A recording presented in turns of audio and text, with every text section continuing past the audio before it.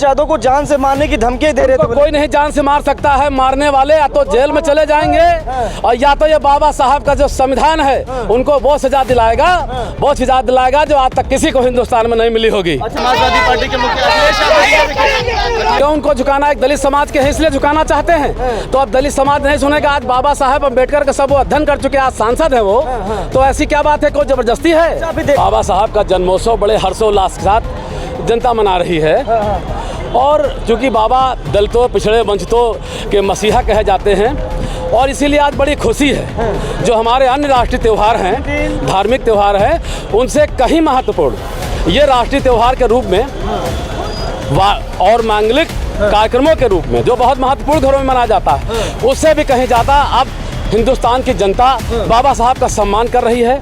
और 14 अप्रैल के दिन सभी लोग घरों से निकलकर, अभी आपने देखा होगा एससीएल से लेकर गंगागंज, गोसाईगंज करके बहुत बड़ा जन सैलाब, जन आंदोलन के रूप में भीम यात्रा के साथ जो है जनता निकल रही है। अभी वहां से आकर के माननीय राष्ट्रीय अध्यक्ष श्री अखिलेश यादव जी यहाँ पर हजरतगंज चौराहे पे आकर के माननीय बाबा साहब का जो है सम्मान करने पहुंचे थे, तो उसी में जनसैलाब में मैं भी आया हुआ था। अच्छा, एक माहौल चला, करनी सेना वाले लोग चल रहे हैं, अखिलेश यादव। हाँ, करनी सेना का आप जो है, जो जैसी करनी वैसी भरनी, इनको जैसी करनी वैसी भरनी पड़ेगी, ये आप समझ लीजिए। आज तुम्हारी तो कल हमारी बारी है। अगर ऐसा करोगे तो तुम्हें जो है और लोग जो है जो नजर में आ गए हो, वो समय आने पर तुमको ठीक करने का काम करेंगे। अखिलेश यादव को जान से मारने की धमकी दे रहे थे। कोई नहीं जान से मार सकता है। मारने वाले या तो जेल में चले जाएंगे और या तो ये बाबा साहब का जो संविधान है उनको वो सजा दिलाएगा, वो सजा दिलाएगा जो आज तक किसी को हिंदुस्तान में नहीं मिली होगी। अच्छा, जो सांसद है आपके रामलाल जी सुमन जी हैं, वो लोग कह रहे हैं कि हमारे पैरों में, चरणों में गिरकर हमसे माफी मांग ले, उनको माफ कर देंगे। नहीं नहीं, वो किस बात का, कोई ऐतिहासिक उनका स्टेटमेंट आया है, कहीं उन्होंने उसका अध्ययन किया।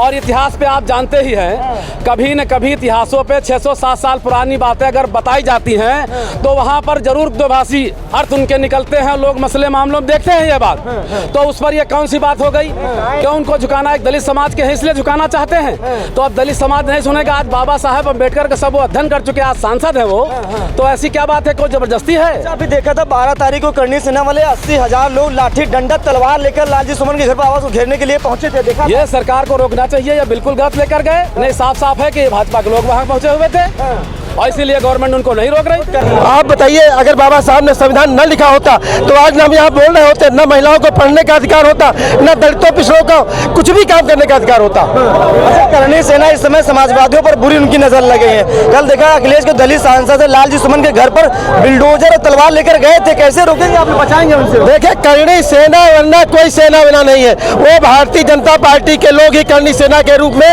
घूम रहे हैं। अगर माननीय राष्ट्रीय अध्यक्ष अखिलेश यादव जी ने, अगर हम यूथ के संगठन को ही आवेश कर दिया तो एक संगठनकारी लोहिया वाहिनी ही करनी सेना को यहाँ से भगा देगा। कैसे करेंगे? उनके पास तलवार रहती है, आपके पास कुछ है ही नहीं, वो तलवार लेकर चलते हैं, कैसे बात करें? हम तलवार दिखाते नहीं है, जब जरूरत पड़ेगी तो उनको उनकी औकात में भगा देंगे। आगरा पहुंचे, राजस्थान की धरती से आगरा पहुंचे, तलवार लेकर पहुंचे थे, 80,000 लोग पहुंचे थे वहां पर। अगर माननीय राष्ट्रीय अध्यक्ष हम लोग को निर्देश देते, 1000 नहीं लाखों की संख्या में हम करनी सेना खत्म करने का काम करेंगे, खत्म कर देंगे उनको, बिल्कुल यहाँ से सफाया हो जाएगा और हम इसका बदला 2027 में चुनाव में देंगे। वो कह रहे कि और वो जो आपके सांसद जी हमारे पैरों में गिरकर हमसे माफी मांग ले, माफ कर देंगे। भाई क्यों माफी मांगे, क्यों माफी मांगे? माफी तो करनी सेना और भाजपा के लोगों को मानना चाहिए। किस तरीके से उन्होंने अराजकता फैलाने का काम इस देश में किया। क्या संविधान, क्या बाबा साहब का संविधान इसलिए लागू किया था कि करनी सेना के लोग दलित और पिछड़ों पर अत्याचार करेंगे? क्या यही संविधान है बाबा साहब का? वो संविधान पर ही चल रहे थे। अगर योगी जी की पुलिस ना होती तो आपके सांसद जी का बिल्कुल घेराव कर चुके थे। योगी जी पुलिस ने आप लोगों को बचा लिया, आपके सांसद जी। योगी जी ने पुलिस पूरी करनी सेना को संरक्षण दे रही है। अगर योगी की पुलिस चाहती तो करनी सेना के लोग लालजी सुमन के घर पे जाके अत्याचार नहीं करते, उनके घर के शीशे खिड़की तोड़ने का काम नहीं करते। तो माफी मांग ले, क्या दिक्कत है? खाली माफी तो मांगना है। माफी क्यों मांगे? उन्होंने कौन सा गलत शब्द किया जो माफी मांगे? माफी नहीं मांगे। ये तो तानाशाही है भारतीय जनता पार्टी की। आप लोग उनके साथ खड़े हुए हैं। हम लालजी सुमन के साथ पूरी समाजवादी पार्टी खड़ी है। चलिए, बहुत शुक्रिया, बातचीत करेंगे। अक्षय यादव हमारे बीच है। करनी सेना वाले लगातार बवाल मचाए हुए थे। कल देखा था, परसों देखा था कि आपके जो दलित सांसद, उनके घर पर 80,000 लोग लाठी डंडे तलवार लेकर पहुंचे थे आपके दलित सांसद को घेरने के लिए। देखिए, ये करड़ी सेना कोई सेना होना नहीं है, ये भारतीय जनता पार्टी का अप्रत्याशित रूप से संरक्षित गुंडे हैं और उन गुंडों को खुला छूट दे दिया गया है कि आप संविधान की धज्जियां उड़ाइए, लोगों की अभिव्यक्ति की आज़ादी को छीनिए, जिसके लिए बाबा साहब डॉक्टर भीमराव अंबेडकर ने जीवन भर संघर्ष किया।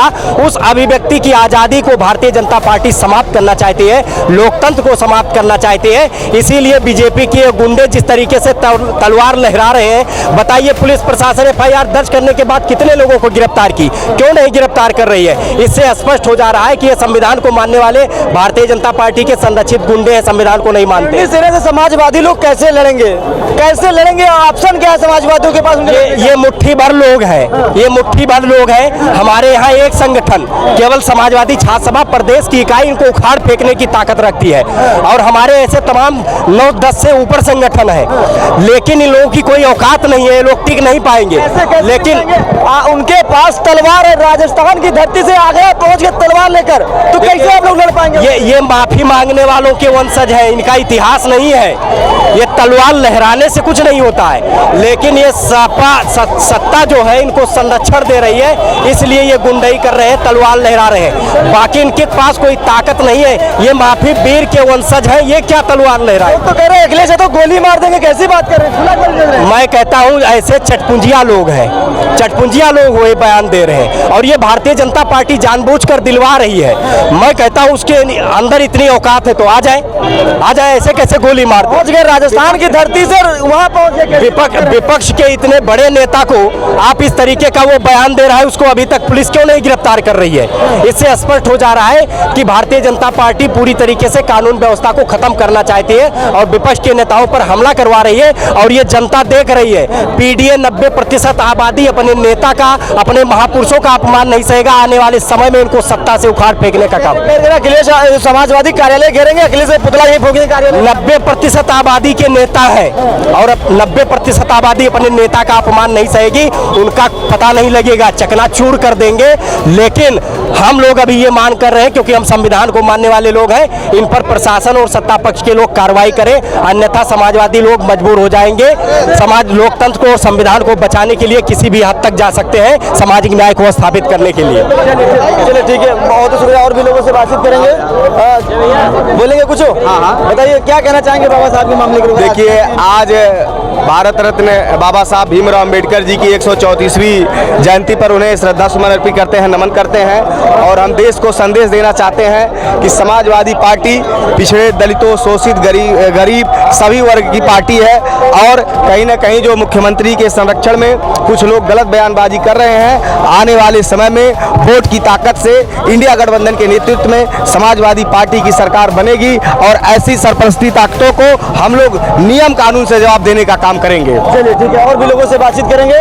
थोड़ा इधर आइए दीदी, इधर सामने देखिए। आज बाबा साहब की जयंती है, अखिलेश यादव यहाँ पर माल्यार्पण करने के लिए आए थे, क्या कहना चाहेंगे बाबा साहब के लिए? पहले तो बाबा साहब के लिए क्या कहना चाहेंगे, अब आप तो कहने की जरूरत नहीं है क्योंकि बाबा साहब के हम लोग अनुयायी हैं। बाबा साहब के विचारों को रखते हुए हम लोग पूरा एक तरफ से अपने घर घर में बाबा